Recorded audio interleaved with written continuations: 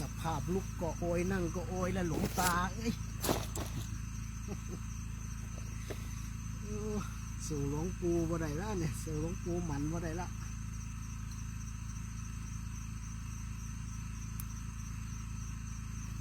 ในสภาพที่นั่งก็โอยลุกก็โอยละ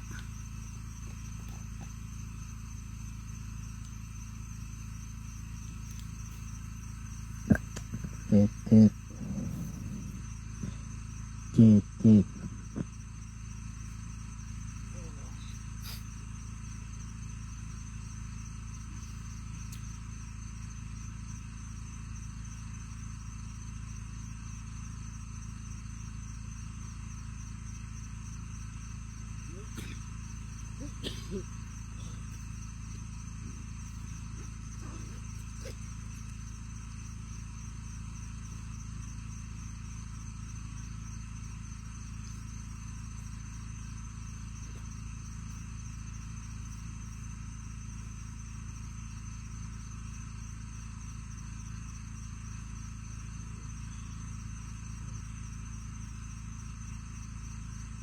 กิโล20ตรงวันจากยิ่งมาจากวัดเดิมวันนี้ยิ่งมาจากวัดไอ้สันติธรรมนะที่กลางบ้านสันติธรรม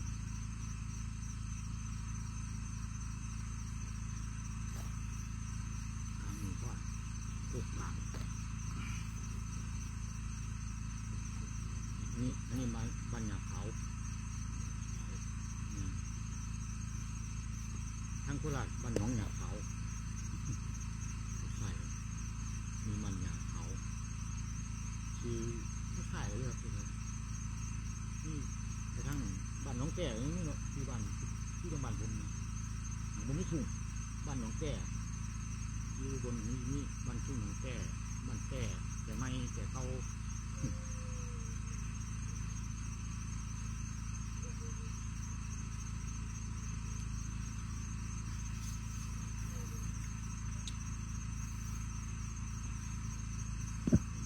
กราบพระพุทธเจ้าพุทธคุณกราบ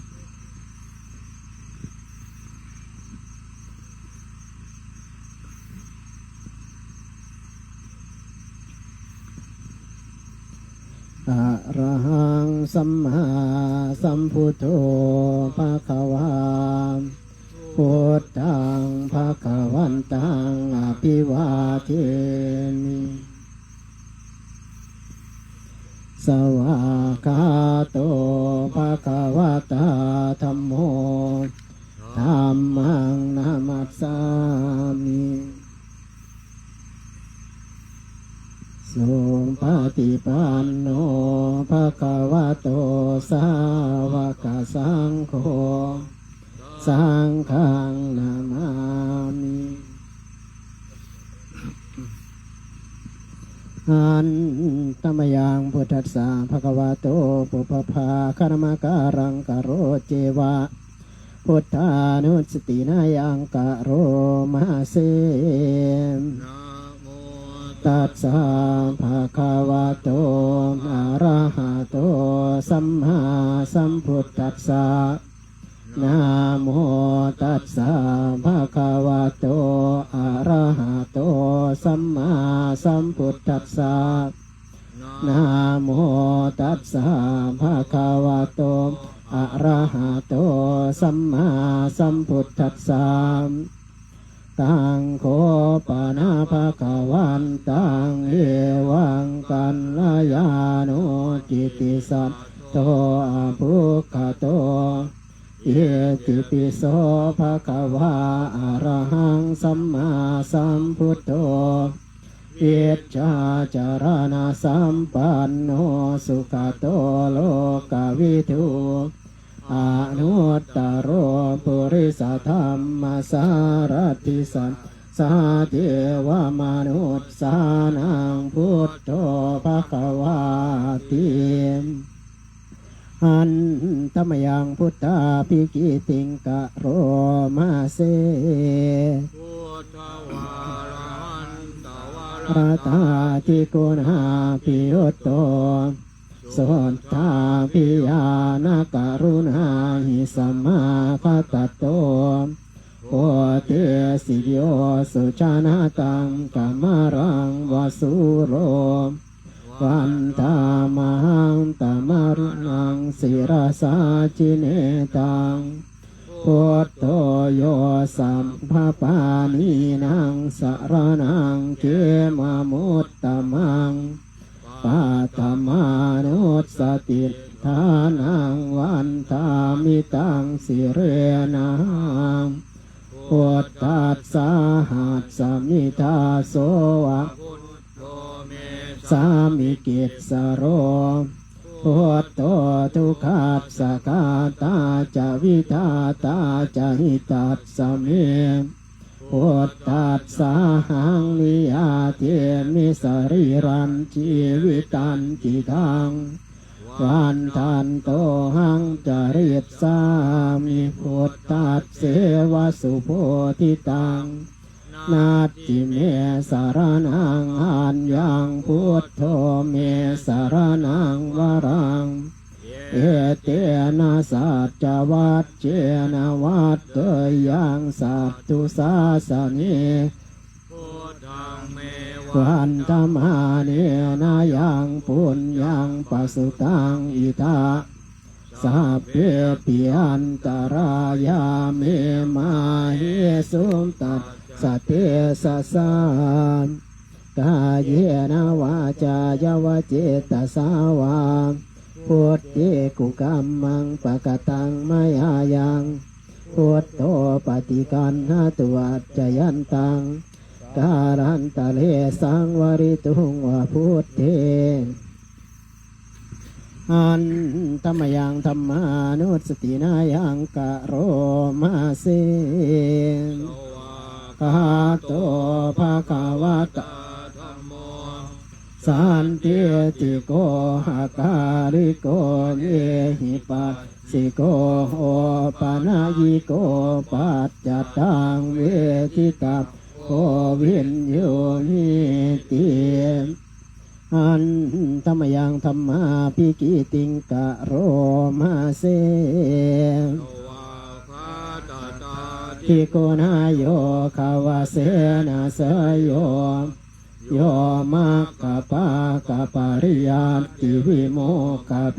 โตธัมโมกุโลกะปัตตนาตตาตาริตาริวันธามังตมหารังวรธัมมะเมตังธัมโมโยสัพพปานีนังสารนังเข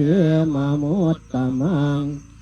ตัวติยานุสติทานังวันตามิตังสิเรนังธัมมัสสะหัสสมิทาโสวะธัมโมเมสามิกิตสโรธัมโมทุกขัสสะกาตาจะวิทาตาจะหิตัสสะเมธัมมัสสะหังนิยาเทมิสรีรันชีวิตันจิตังวันทันโตหังจริตสามิธัมมัสเสวสุธัมมตังนาติเมสารนังอัญญังธัมโมเมสารนังวรังเอเตนะสัจจวัตเจนะวัตเตยังสัตตุสาสเนมังเนวันตมาเนนะยังปุญญังปสุตังอิทาสัพเพปิอันตรายาเมมาเยสุงตัสสะเทสะสากายเยนะวาจายวเจตสาวาธัมเมกุกัมมังปะกตังมายายังธัมโมปฏิคันหาตุวัจจยันตังกาลันตะเรสังวริตุงวะธัมเมอันธรรมยังสังฆานุสตินายังกะโรมาเสติปันโนภะคะวะโตสาวกสังโฆโอชุปฏิปันโนภะคะวะโตสาวกสังโฆ ยายาปฏิปันโนภะคะวะโตสาวกสังโฆสามีจิปฏิปันโนภะคะวะโตสาวกสังโฆยะติตังจัตตาริปุริสายุคานิอัตถาปุริสาปุคคลาเอสะภะคะวะโตสาวกสังโฆอาหุเนยโยปาหุเนยโยทักขิเนยโยอัญจาริกรณิโย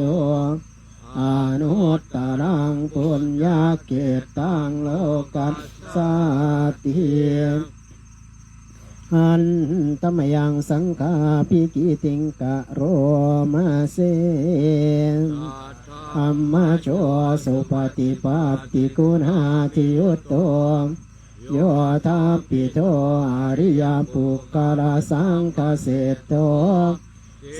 ราธิธรรมปวาราสยกายจิตโต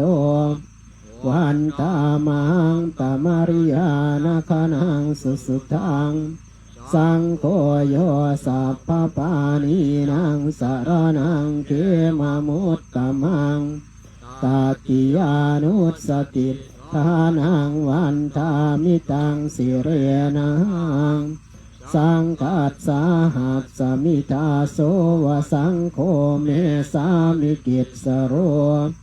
สังโฆทุกัสสคาตาจวิตาตาจหิตัสสเมสังกัสสาหังนิยาเทมิสรีรันชีวิตันติทังวันตันโตหังจริตสามิสังกัสโสปฏิปันนตังทิเมสารนังอันยังสังโฆเมสารนังวารังเอเตนะสัจจวัตเจนะวัตเตยังสัตตุสาสเนสังฆังเมวันตมาเนนายังปุญญังปสุตังอิทะสัพเพติอันตรายาเมมาเหสุตัสสเตสสาอาเยนะวาจายาวเจตสาวาสังเคกุกัมมังปะกตังมายายังสังโฆปฏิคันหาตัวจยันตังกาลันตะเลสังวริตุงวสังเค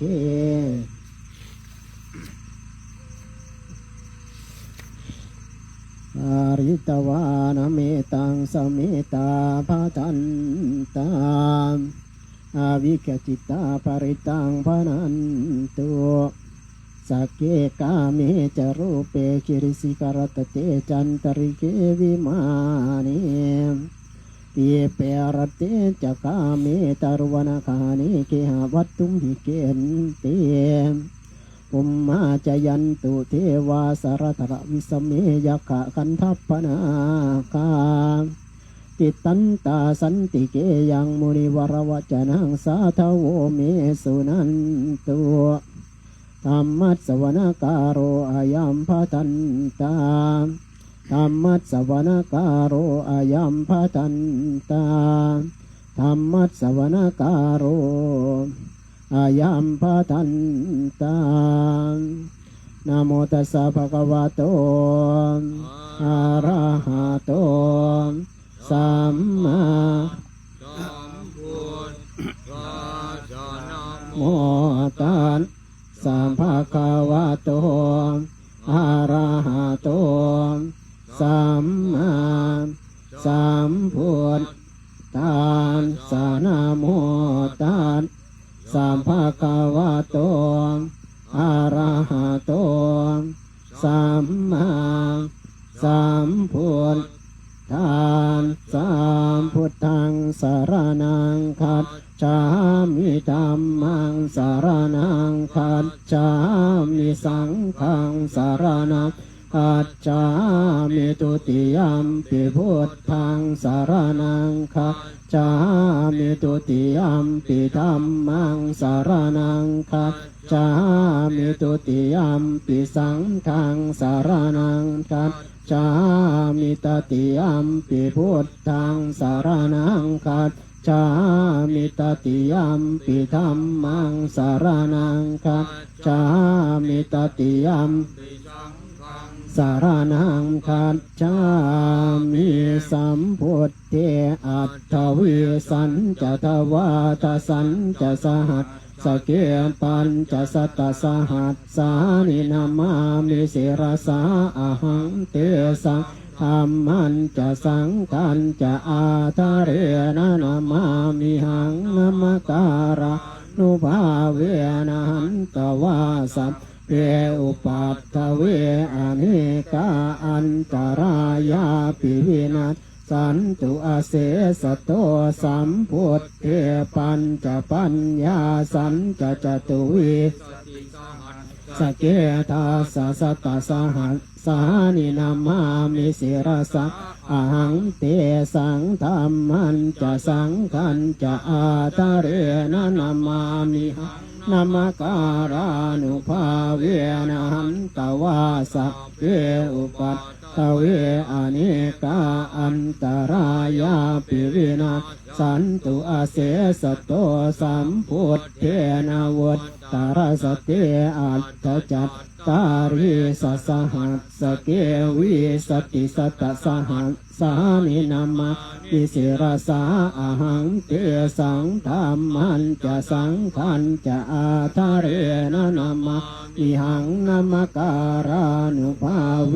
นะหันตวาสัพเพอุปัฏฐเวอเนกาอันตรายาปิวินาศสันตุอเสโตนะโมอะระหะโตสัมมาพุทธัสสะมะเหสิโนนะโม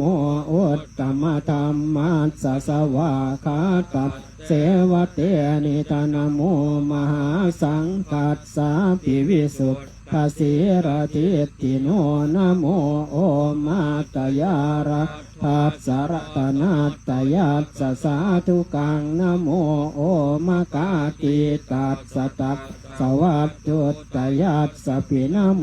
การะตาภาเวนะวิกัจฉันตุปัฏฐวานะโมการานุภาเวนะสุวัตติโหตุสัพพทานะโมการัสสเตเจนะวิติติโหมิเตชวาอเสวนาจะภาระนังปันติตานันจะเสวนาปูชาจะปูชนียานังเอตัมมะกรมุตตมังปฏิรูปเทสวาโสจะปุเพจะกตปุญญาตาอัตตสัมมาปณิติจะเอตัมมังกรมุตตมังตังหุสัจจันจะสิบปัญจะวินัยโยจะสุสิกิโตสุภาสิตาจะยาวาจาอารมุตตมังมาตาปิตุปัฏฐานังพุทธทาราชสังอโหอนาคุราจะกัมมันตาเยตัมมังจารมุตตมังทานันจะธรรมจริยาจะยาตกานันจะสังฆโหอนาวัตชานิกัมมานิเอตัมมังคารมุตตมังอารติเวรติปาปามัจจปานาจะสัญญโมอัปปมาโตจะทัพเมสุเอตัมมังคารมุตตมังคารโวจะนิวาโตจะสันตุทิจะกตัญยุตากาเรนะธรรมสวนังเอตัมมังคารมุตตมังขันติจะโสวจัสสตาสมนานันจะทัสสนังกาเรนะธรรมชากัจจาเอตัมมังคารมุตตมังตโปจะพรหมจริยันจะอริยสัจจานาทัสสนังนิพพานาสัจจิกิริยาจะเอตัมมังคารมุตสโลกธรรมเมหิจิตตังยัสสนกรรมปฏิอโศกังวิราชังเขมังเอตัมมังคารมุตตมังเมตตาทิสานิกรัตตวานาสัพพัทธมปราชิตาสัพพัตตโสถิงขัดฉันติตันเตสังมังคารมุตตมันเต ยังจินชีวิตตังอิตวาหุรังวาสะเทสุวายังรัตนังปานิตังนโนสมังอัตถิตตาคเตนะอิตัมปิพุทธเจรัตนังปานิตังเอเตนะสัจเจนะสวัตติโหตุยัมวะอมตังปานิตังยถาสัคคาสักกยมุนีสมาหิโตนะเตนะธรรมเมนะสมาติเกณจิอิตัมธรรมเมรัตนังปานิตังเอเตนะสัจเจนะสวัตติโหตุยัมพุทธเศรษโธปริวันทิมานันตริกัญญมาหุสมาทินาเตนะสมโมนาเวจจติอิตัมปิธรรมเมรัตนังปานิตังเอเตนะสัจเจนะสุวัตติโหตุเยปุคคาราอาสสตังปสัทธาจัตตาริเอตานิยุคานิโหนติเตตาเนยาสุขตัสสสาวกาเอเตสุตินานิมหาปารานิอิตัมปิสังเกรตนังปณิตังเอเตนะสัจเจนะสุวัตติโหตุเยสุปโยตตามนาสาตัสเยนะนิกามิโนโคตมัสสาสนัมหิเตปัตติปัตตาอมตังวิไคหารัตถามุทาเนปุตติงพุทธมานาอิตัมติสังปันหิตังเอเตนะสัจเจนะสุวัตติโหตุขีนังปุรานังนวังนาติสัมปวังวิรัตจิตตายติเกภวัตสมิงเตขีนะพิจาอวิรุณหิสันธานิอันติจิรายถายัมปฏิโพอิธัมปิสังปณิตังเอเตนะสัจเจนะสุวัตติโห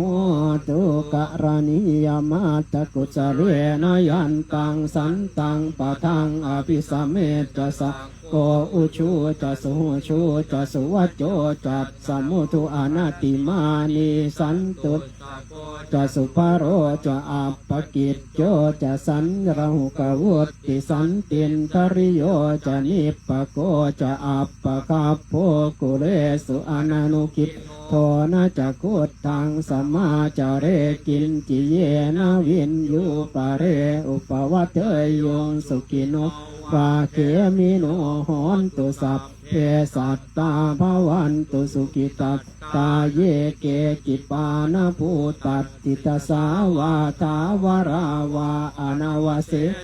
ทีฆาวาเยมหันตาวามัจจิมารัสสกาอนุกทุราทิตภาวาเยจะอาทิตถาเยจะทุเรวสัมเทวิทุเรภูตาวาสัมภเวสีวาสัพเพสัตตาภวันตุสุกิตัตตานาปโรปารังนิกุมเทธนาติมันเยทกัตถจินังกินกิพยาโรสนาปฏิกสัมยานันยมันยัตสทุกขมิตเจยมาตายธานิยังปุตตังอายุสาเอกปุตตมนุรักเกเอวัมกิสัพพระพุเตสุมาณสัมภาวะเยอปริมาณังเมตัญจะสัพ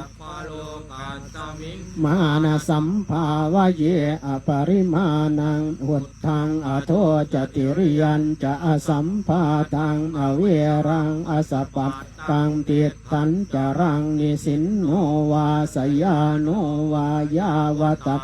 วิคตมิตโตเยตังสติงอทิตเตยพรหมเมตังวิหารังอิตมาหุติตินจะอนุปกัมมเสรวาตัสสเนนะสัมปันโนยะเกตังไนจาตุคัมภะเสยยังปุนาเรติเตวิรูปเกหิเมเมตังเอราปะเทหิเมสัมยาปุเตหิเมตังปัญหาโคตมะเกหิจะปะตะเกหิเมตังทิปาตะเกหิเมจตุป ปะเทหิเมเมตังเมตังพหุปะเทหิเมมามังอปาตะโกหิงสิมามังหิงสิทิปาตะโกมามังจตุปะโทหิงสิมามังหิงสิพหุปะโทสัพเพสัตตาสัพเพปานาสัพเพภูตาจะเกวราสัพเพพัตตารานิปัสสันตุมากินจิปาปะมาคมาอัปปมาโนพุทโธอัปปมาโนธัมโมอัปปมาโนสังโฆปมาณวันตานิสิริงสปานิอนิวิตจิกาสตปฏิอุณนานาภิสารภูมุสิกากตาเมระกากตาเมปริตตาปฏิกมันตุภูตานิโสหังนะโมภะคะวะโตนะโมสัตตานังสัมมาสัมพุทธานังญาณิทะภูตานิสัมมากัตตานิภุมมานิวายานิวะอันตริเกตถาคตังเทวมนุสสัพพุจิตังพุทธังนามัสสามาสุวัตติโหตุยานิทะภูตานิสัมมากัตตานิภุมนิวายานิวะอันตริเกตถาคตังเทวมนุสสัพพุจิตังนามัสสามาสุวัตติโหตุยานิทะภูตานิสัมมากัตตานิภุมนิวายานิวะอันตริเกตถาคตังเทวมนุสสัพพุจิตังสังฆังนามัสสามาสุวัตติโหตุอภิตยัญจักขุมาเอกราชาหาริตวันโนปทวิตปภาโสตังตังนามัสสามาริตสวรรณังปทวิตปภาสังตยัญจักขุตาวิหาเรมุรัตติงเยพรหมนาทัสสัพพธรรมเมเตเมนะโมเตจะมังปารยันตุนามัตตุพุทธานังนามัตตุโพธิญาณโมวิมุตตานังนะโมวิมุตติยาอิมังโสปริตังกรัตตวาโมโรวาสมกัปปะยิติอาติโรเกสีลคุโนสัจจังโสเจยานุตตยาเตนะสัจเกนะกาหามิสัจกกิริยามนุตตรังอาวัจจิตตวาธรรมปรังสริตตวาปุพพเกสิเนสัจปรมวัตสายสัจจกิริยามกาสหังสันติปะขาอปัตตนาสันติปาทาอวันจนามาตาปิตาจนิขันตาชาตเวตปฏิกมาเจกเตมัยหังมหาปัจจริโตสิกิวัตเสสิโสราสการิสานิอุตตะกังปัตตวายทาสิกิสัจเจนะเมสโมนาติเอสาเมสัจจปารมิติสักรัตตวาพุทธรัตตนังโอสตังอุตตมังวรังหิตังเทวมนุสานังพุทธเทเชนะโสตินานัสสันตุปัตถวาสัพเพทุวงปัสสเมนตุเตสักรัตตวารัตตนังโอสตังอุตตมังวรังราหูปัสสมนังธรรมเตเชนะโสตินานัสสันตุปัตถวาสัพเพยาวูปัสสเมนตุเตสักรัตตวาสังฆรัตตนังโอสตังอุตตมังวรังอาหุเนยยังปาหุเนยยังสังกเตเชโอตินานัสสันตุปัตตวาสัพเพโรคาวุปัสสเมนตุเตนัตติเมสารนังอัญญังสารนังวรังเอเตนะสัจจวัตเจนะตุเตชยมังกรังนาติเมสารนังอัญญังโมเมสารนังวรังเอเตนะสัจจวัตเจนะโหตุเมชยมังกรังนาติเมสารนังอัญญังสังโฆเมสารนังวรังเอเตนะสัจจ วัจเจนะโหตุเตชยมังตรังยังจินจิระตานังโลเกวิจติวิเวตังปุตุระตานังพุทธสมังนัตติตัสสมาโสติภวันตุเตยังจินจิระตานังโลเกวิจติวิเวตังปุตุระตานังธรรมสมังนัตติตัสสมาโสติภวันตุเตยังจินจิระตานังโลเกวิจติวิเวตังปุตุระตานังสังฆสมังนาติตัสสมาโสติภวันตุเตยันตุนิมิตตังอวมังกรัญจโยจามนาโปจักุณัสสะโตปาปะกะโหตุสุปินังอกันตังตานุภาเวนะวินาศเมนตุยันตุนิมิตตังอวมังกรัญจโยจามนาโปจักุณัสสะโตปาปะกะโหตุสุปินังอกันตังมานุภาเวนะวินาศเมนตุยันทุนนิมิตตังอวมังกรัญจโยจามนาโปสกุณะสสัตโตปาปะกะโหตุสุปินังอกันตังสังฆานุภาเวนะวินาศเมนตุทุกขปัตตาจนิทุกขาปยัตตาจนิพยาโสกปัตตาจนิโสกาโหนตุสัพเพติปานิโนเยตาวตาจะอัมเหสัมปตังสัมปทังสัพเพเทวานุโมทันตุสัพพสัมปัตติสิทธิยาตานังทัทันตุสัตตายสีรังรักขันตุสัพพทาภาวนาปิรตาโหนตุกัจฉันตุเทวตาคตาสัพเพพุทธาปราปัตตาปัจเจกานันจะยังพรังอรหันตานันจะเตเชนารักขังพันตามิสัพพาโสอัจฉมยาปัจจวิกิตวายังจีวรังปริพุตังตังยาวาเทวาสิตัสสะปฏิฆาตายาโอนหัสสะปฏิฆาตายาทางสมากัสสวาตาตปัสสิริงสัพพสัมปัสสานังปฏิฆาตายา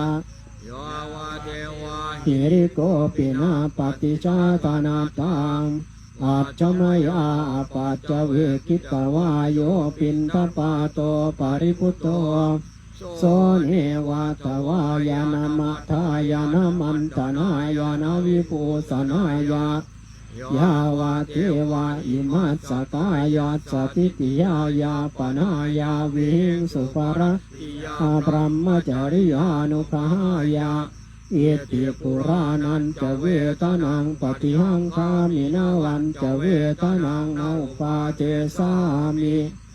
ยาตราจะเมภวิสติอนาวัจตาจะภาสุวิหารโรจาติอัจฉมยาปัจจวิกิตวายังเสนาสนังปริพุตังตังยาวาเทวาสิตัสสะปฏิฆาตายาอุณหัสสะปฏิฆาตายาทางสมากัสสวาตาตปัสสิริงสัพพสัมปัสสานังปฏิฆาตายายาวะเทวะอุตุปริตสยวิโนทานังปฏิสันลานารามตังอัจฉมยาปัจจวิกิตวาโยกิรานะปัจจยาเพสัตปริคาโรปริพุตโต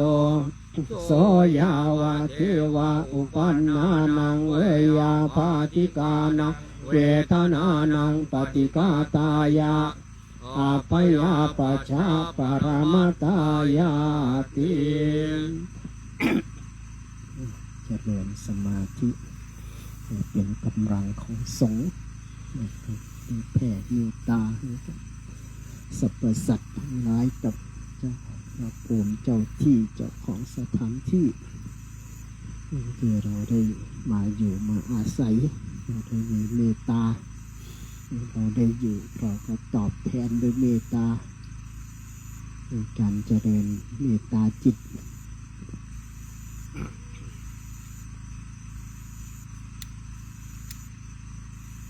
เ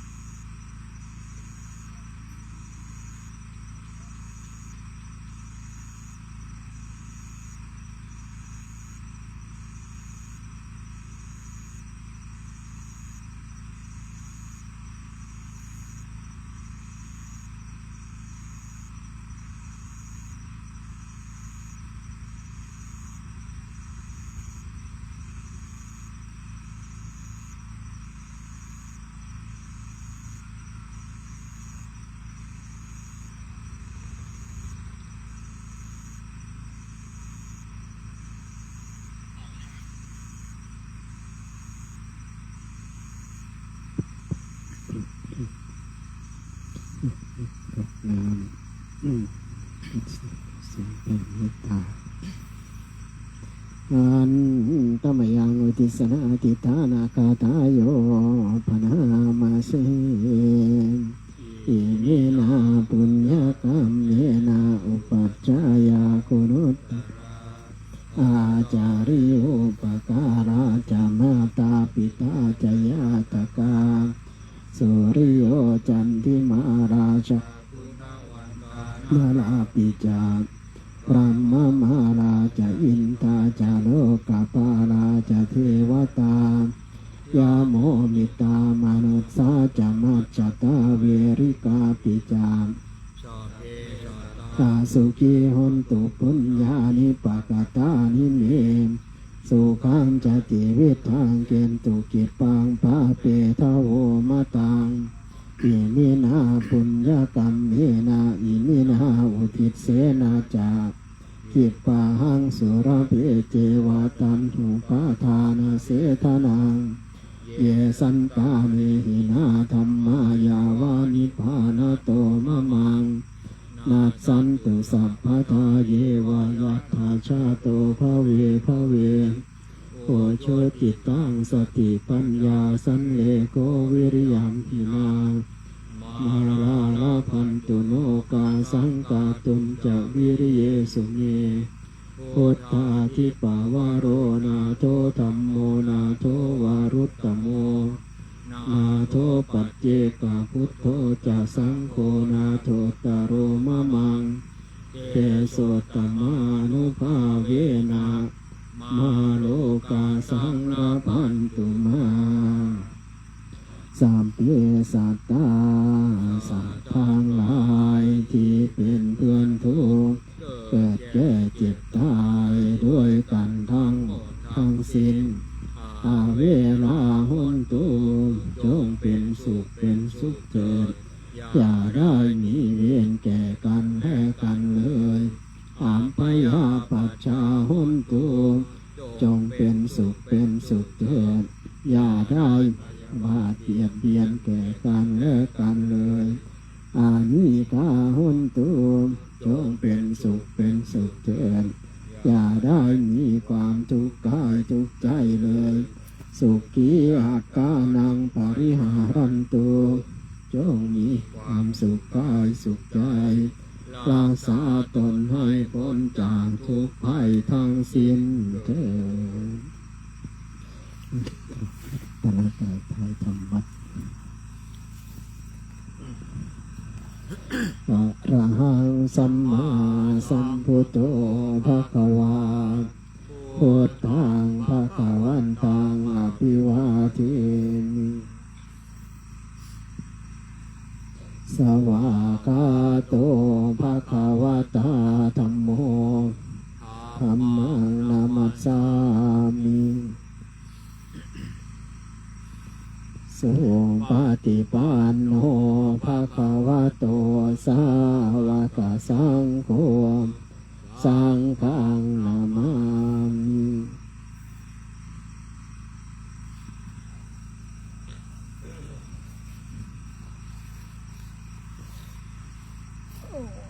สาธุสาธุ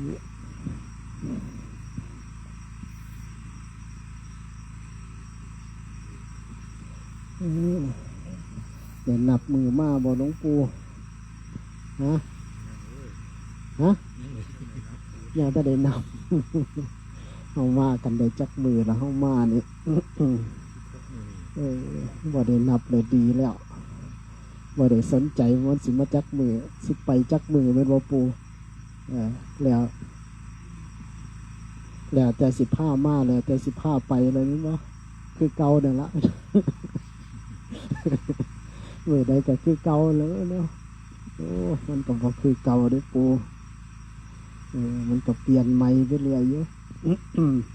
เปลี่ยนใหม่ทางด้านของการปฏิบัตินี่แหละนี่นะก็รู้สึกว่ามันดีขึ้นเด้มันดีขึ้นไปเรื่อย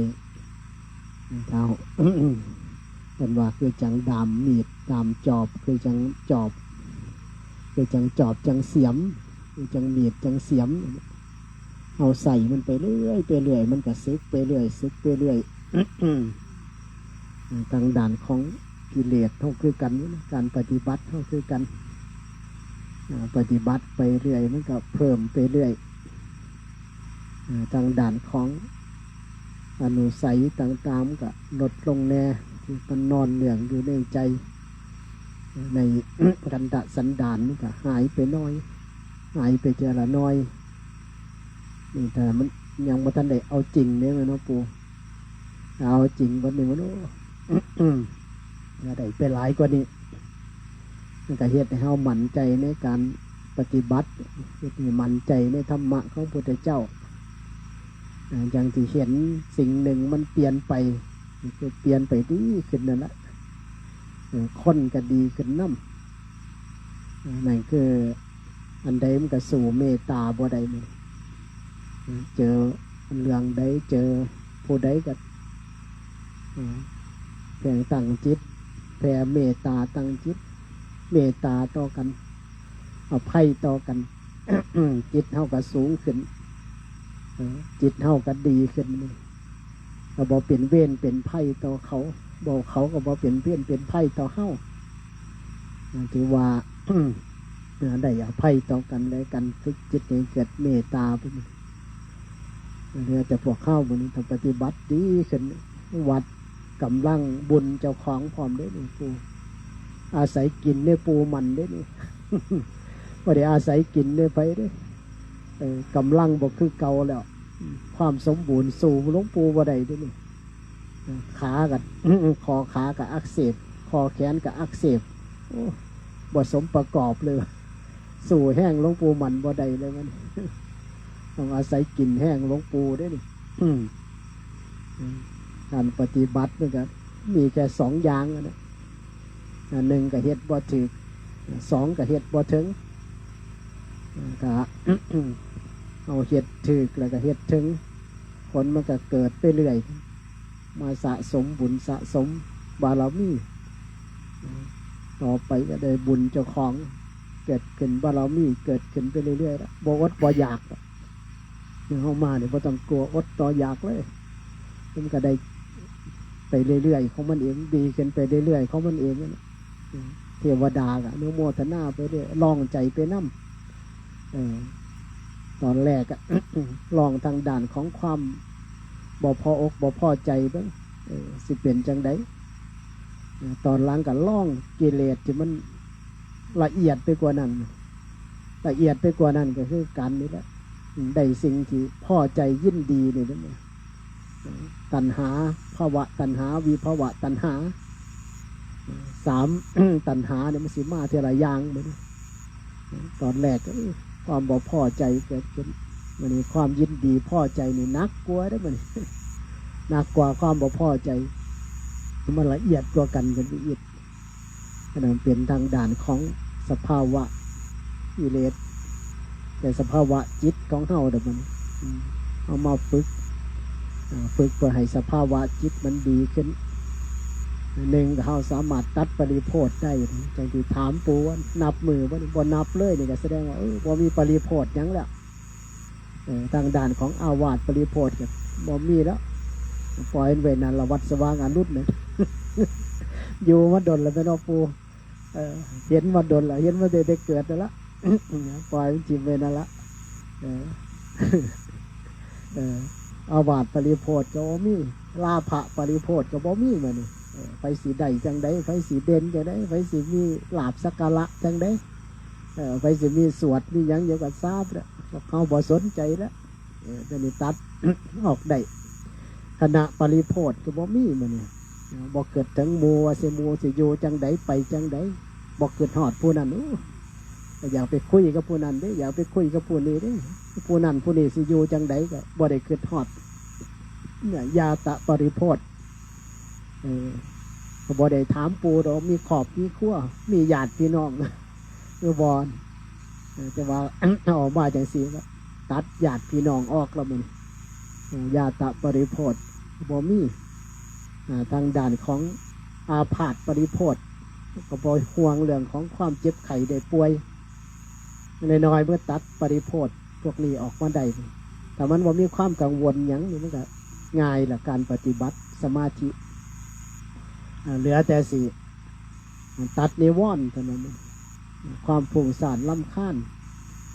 ความลังเลสงสัยความง่วงเหงาหานอนตัวนี้เรามาสิเล่นงานเขาได้แน่จักหน่อยความง่วงเหงาหานอนเพราะว่าการยางมันกับเมื่อยแต่ว่าสังเกตเบิ่ง4-5 มื้อแล้วมันสิมาได้สมาธิเอาตอนท้ายๆได้กำหนดยางมาตอนออกสตาร์ทใหม่ๆกับกำหนดยางกำหนดการก้าวอยู่กำหนดขากำหนด การยางพอคุยกับกำหนดลมหายใจแต่พอระยะที่3พอออกยางระยะที่3ระยะสุดท้ายเนี่ยกำหนดลมหายใจอย่างเดียวแต่ประมาณ4 โมงถ้ามันหายใจโล่งแล้วก็แสดงว่ามัน4 โมงแล้วตรงเวลามันก็แปลกอยู่เป็นสมาธิตรงเวลา ยกหน้าโทรศัพท์ขึ้นมาเบิ่งเวลาตรงเป๊ะเลยหายใจโล่งทั้ง2 ข้างเลยครับใจเบาจิตเบาแต่เป็นยางตัวนี้เนี่ยยางไปอีดจนมืดจนค่ำพุ่นครับแต่หามองพักนี่ก็เมื่อกังวลแต่มาพูดเดียวกันย่างได้จนมืดจนค่ำมันป่วยมันเริ่มเบาเลยเป็นของ สัมภาระอย่างต่างๆคอขากับบ่เจ็บตีนกับบ่เมื่อยด้วยแต่มันได้จิตมันได้จับลมหายใจได้จะสั่นเบาจะสั่นแต่ว่าที่สำคัญตอนมานั่งแกสิแล้วนั่งรับโอ้โหเรื่องกับมือยุปาซาเก่าเนี่ยละปูเสียฟอร์มเลยไปเบิ่งไหลสดทิมไว้อีกต่างหาก มีหนาโดยจัดหนุหนีกล่องว่านั่งรับโอ้โหเรื่องเลยตื่นเห็นว่านั่งรับตัวนี่ไปเบิ่งในไหลสดนั่งรับตัวนี้รับแบบโอ้โหเรื่องแต่นี้วอนมันก็ยังมีความเหน็ดเหนื่อยแต่ว่าพระรุ่นเก่าๆมันก็สู้ก็พวกนี้ละเพื่อนไปแสวงหาอิริพระทุดงรุ่นหลวงปู่หมันหลวงปู่ฝันหลวงพ่อวาเจหลวงปู่หมันหลวงปู่ฝันหลวงปู่ชาหลวงปู่พุทธทาสพระทุดงสมัยแต่ก่อนเพื่อนไปเพื่อสิฝึกสมาธิอิรินะมันได้เป็นตาญาณมันได้เงียบสงบจริงไปมันสมือเนี่ยเข้าไปเพื่อฝึกฝนเบื้องต้นแต่ว่าพระหลุนเก่าเพิ่นไปเพื่อฝึกจิตฝึกฝนกับฝึกจิตมันก็อันเดียวกันอยู่แต่ว่ามันคนละระดับกันนะ ไอ้ของพวกเพื่อนมันไปฝึกจิตโดยเฉพาะเลยเข้าป่าเลยไปอยู่จนบางหม่องมันปฏิบัติได้ดีอายุจะได้ตั้งสำนักสงฆ์มาได้จนได้เป็นวัดเป็นว่าเจ้าสมือนี่แหละแต่อยู่เป็นเดือน2 เดือน3 เดือนเป็นปีก็มีนั่นใจทางด้านของการฝึกจิตโดยเฉพาะเอามากับฝึกจิตไปนำฝึกอุปนิสัยไปนำพร้อมลองเพิ่มขึ้นมาเบิ่งว่าเหตุมันดีกันไปกว่านี้อัธยาศัยใดมีไสใดที่สิให้มันดีอย่างเห็นบอดตอนนี้นี่ปูก็ไปเห็นยางสูบยาแล้ว ว่าเริ่มได้เนี่ยถ้าก่อนออกบิณฑบาตจะเลิกไปเท่าละขั้นตอนบ้างปูจุลูปมันแล้วปะมาใหม่ๆนี่ก็บอกว่าได้ว่าหลวงจินุสูบยาสมัยไปซอยงานปริวาสก่อนว่าเห็นสูบมันนะนึกว่าจะว่าสูบไหม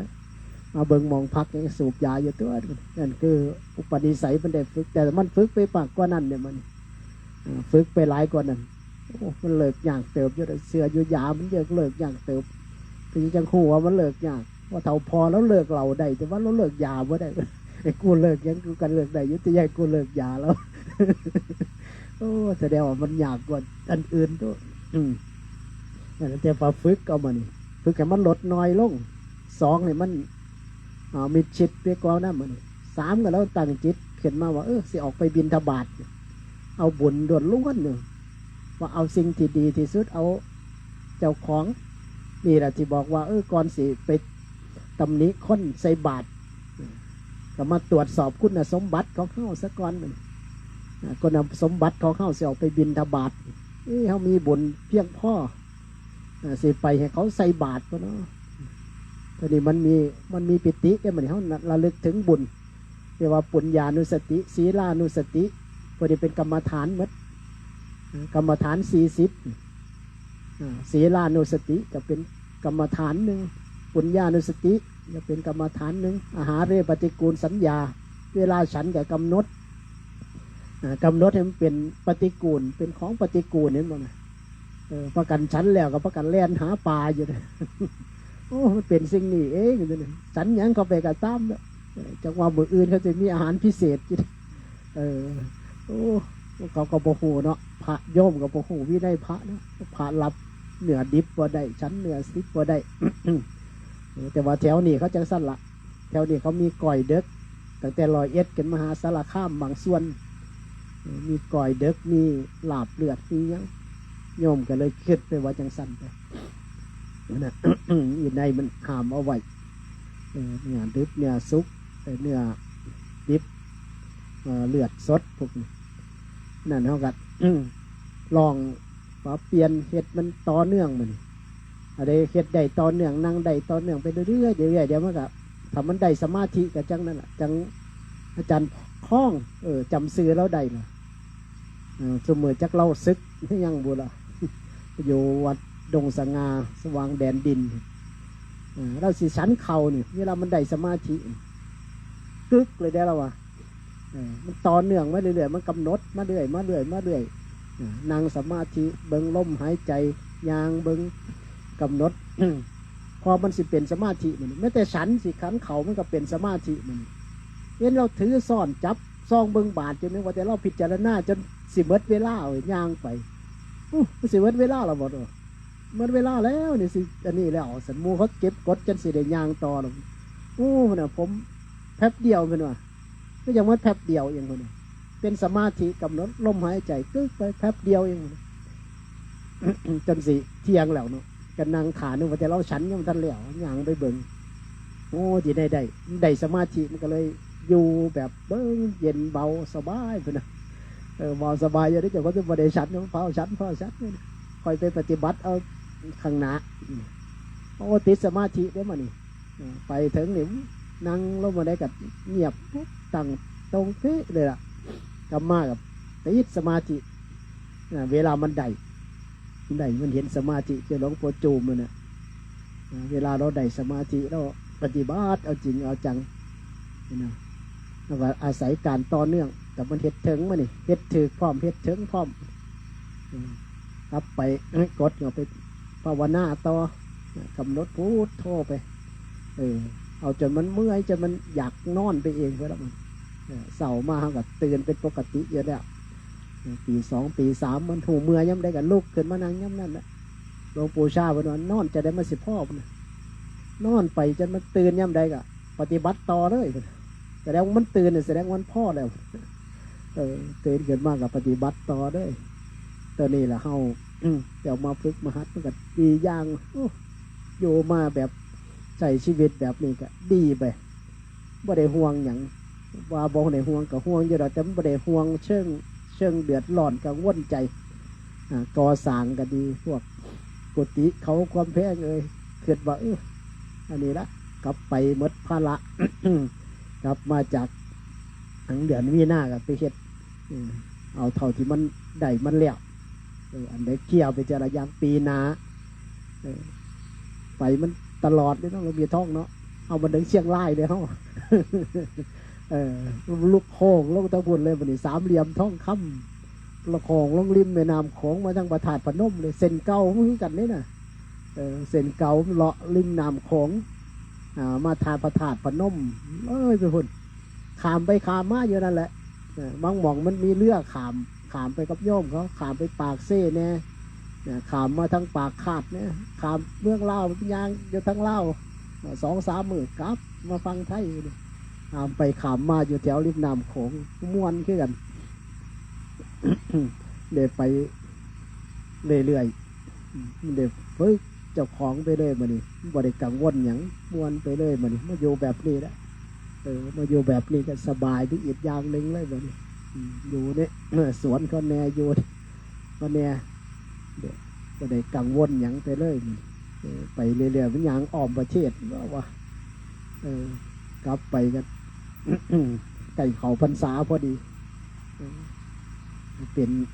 ได้อารมณ์เป็นอีกอย่างหนึ่งก็เลยได้ตั้งใจเอาไว้นี่แล้วว่า10 ปีไปใน10 ปีนี่บอกโยมเอาไว้ว่าวันเสาร์ก็แล้วจะพระสิอยู่แล้วแต่โยมสิเฝ้าได้ว่าในจากระยะนี้ไปถึง10 ปีพอเปลี่ยนพอไปจะไปยาซีดมันได้อารมณ์ต่อเนื่องดีถึงกลางเสาร์ถึงกลางแรงโดยเฉพาะกันยางมาเรื่อย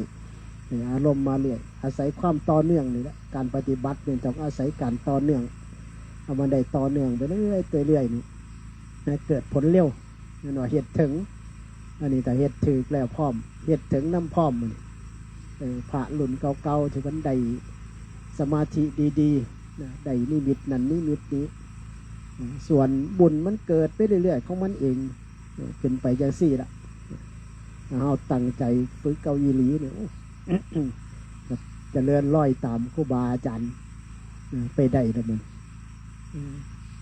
พี่หนูเนี่ยอายุเท่าใดแล้วลงพี่หนูน้อยก็มูบ่อายุเท่าใดหรอ50เนี่ยฮะ49 48เข้ากรกฎาคมนี่ครับ48ต้องมีท่องเดินน้อยก็มูคนน่ะยังมีท่องหลายกว่ามือครับอาจารย์บอกครับสู่หลวงปู่มันว่าได้จะคดดอกกันเด้อ70มัน70ดอกยังได้กินแห้งหลวงปู่มันอย่างเดียวเลยนั่นคือความเปลี่ยนแปลงแล้วก็เปลี่ยนไปเรื่อยๆของมัน มันได้อารมณ์ต่อเนื่องมันก็ฝึกแต่มันได้ต่อเนื่องสำคัญคือกันฝึกสมาธิกำหนดลมหายใจมันได้กำหนดลมหายใจภาวนาพุทโธอะไรภาวนาพุทโธนั่นหายใจเข้าพุทหายใจออกโธแต่มันกำหนดลมหายใจได้กำหนดลมหายใจมันเนี่ยมันได้เนี่ยมันเห็นมันได้เห็นลมเบาจนได้เห็นนิมิตทางด่านของอุคานิมิตเป็นลมเป็นยศนามเป็นอย่างนั้นมาจนเกิดปฏิภาคนิมิตใดเนี่ยถ้าเกิดปฏิภาคนิมิตแล้วก็นิมิตติดตากำหนดใดแล้วก็ยู่เลยละมันนี่เข่าชานเขายังใดเลยแล้วปูมันเป็นอย่างจัง นี่จานสันติได้ปฏิบัติอยู่น่าสิเป็นอยู่แพร่ก่อนเขาแพร่ก่อนเขาเด่นใช่นี่ก่อนเขาเด่นใช่ปฏิบัติอยู่นั่นอันนี้มีทำยางทะลุป่ามาในป่าเนี่ยมันมีกลุ่มพวกคอมมิวนิสต์อยู่ในสมัยนั้นที่ยังจะวัดเป็นพวกคอมมิวนิสต์ถามเขาน่ะมันอยู่กลางป่าเลยปุ้ยเป็นซุ้มเป็นกลุ่มน้อยๆเป็นกลุ่มหมู่บ้านน้อยๆแล้วบอกคือจังได๋เขามาอยู่ป่าเลยคนน่ะมาแต่เขานี่ลบพวกทหารเนี่ยนะเป็นพวกคอมมิวนิสต์เก่าคนน่ะเป็นพวกคอมมิวนิสต์เก่ามาเลยมาหมู่บ้านเก่าสิมันอยู่เขามาลบ พวกทหารเนี่ยลบพวกกันนี่กันสมัยยุคคอมมิวนิสต์นี้เขาป่ามาอยู่นี่แล้วมันก็เลี้ยงไก่อยู่4 หาหลังคาเฮือนอยู่มันนั่นแล้วมันก็มีถ้ำอยู่นั่นก็ไปอาจารย์สันติเนี่ยไปปฏิบัติอยู่นั่นเป็นมักเพ่งกสินมักเพ่งกสินไฟเนาะมันได้นิมิตแต่มันนี่ได้ ปฏิภาคนิมิตเพิ่นก็กำหนดให้มันออกมันเข่ามันวูบมาจังใดบ่เนี่ยได้ยินเสียงกระโดดกุฏิไฟไหม้เพิ่นเบิ่งก็ตอนดึกๆตี 1 ตี 2ก็ว่าตี 2กว่าๆได้ยินเสียงตื่นสะดุ้งตื่นนี่ว่าเป็นหยังไฟไหม้มันไหม้เยอะไสเนี่ยไหม้ผมนี่เลยว่าน่ะเอามามันบ่ได้ไหม้เพ่งเทียนมันเกิดนิมิตแล้วก็ได้ปฏิภาณนี่ดึงออกดึงเขามามันเบรกบ่อยู่แล้วบัดนี้ก็เลยเห็นเป็นดวงไฟสิไหม้กุฏิไหม้เจ้าของก็เลยมาเอาปฏิภาค ได้นิมิตเดี๋ยวเป็นฤาษีตาไฟดูเพ่งไฟตาแดงพ่อกับอาจารย์นิพพาโคราชวัดป่านักลอยนี่ให้สายาฤาษีตาไฟทั้ง2 รูปนี่แต่ว่าเพิ่นสันตินี่เอาจริงเอาจังตอนนี้จักไปอยู่ใส่มันแต่ว่าที่ละนั่นนี่ซึกละที่ละนั่นนี่ที่ก็ไปอยู่เมืองเลยซึกพวกนี้นี่แต่ก่อนรุ่นพวกนี้นี่ปฏิบัติ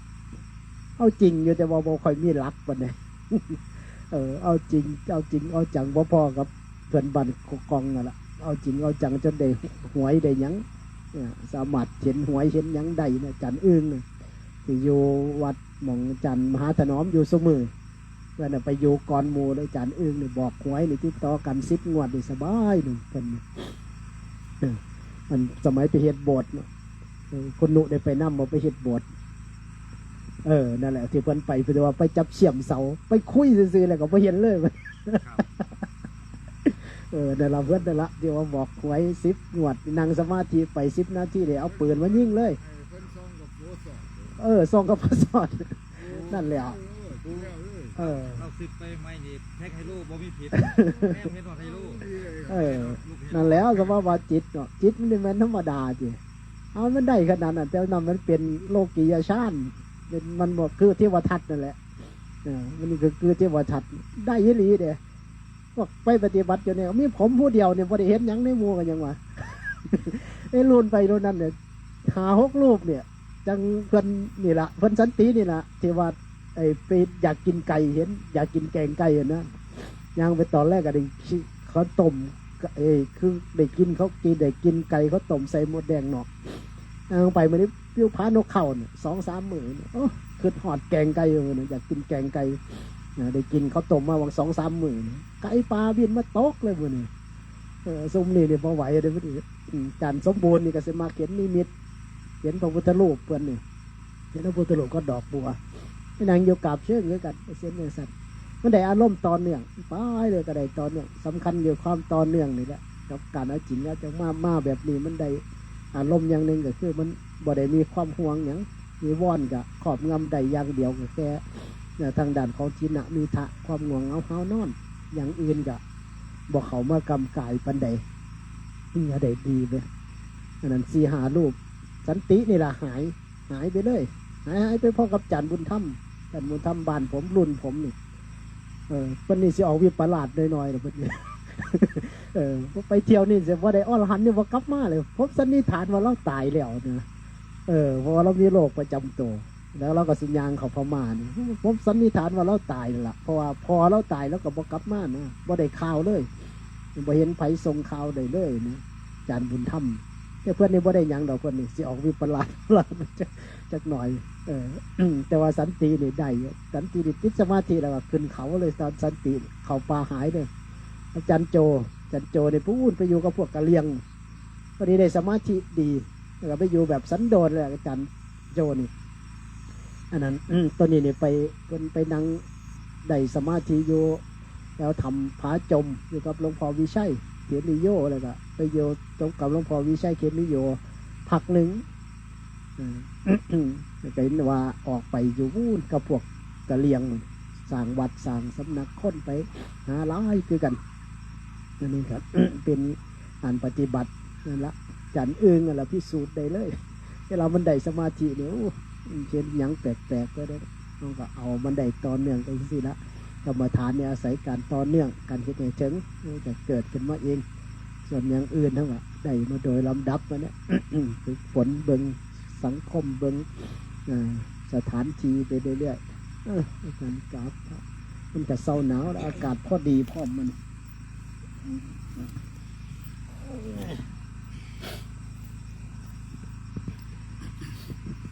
อะระหังสัมมาสัมพุทโธภะคะวาพุทธังภะคะวันตังอภิวาเทสวากขาโตภะคะวะตาธัมโมธัมมังนามัสสามิสุปฏิปันโนภะคะวะโตสาวกสังโฆสังฆังนามามิปฏิบัติต่อที่ปกที่ฐานแผ่เมตตาที่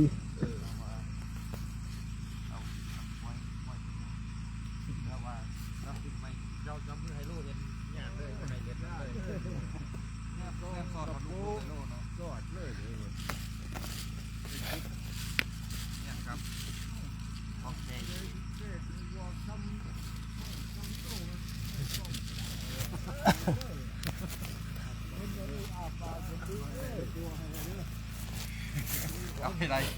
จะก็ เราบอกหวยจนเจ้ามือรัตนะสิจ้างคนไปยิ่งลงนะ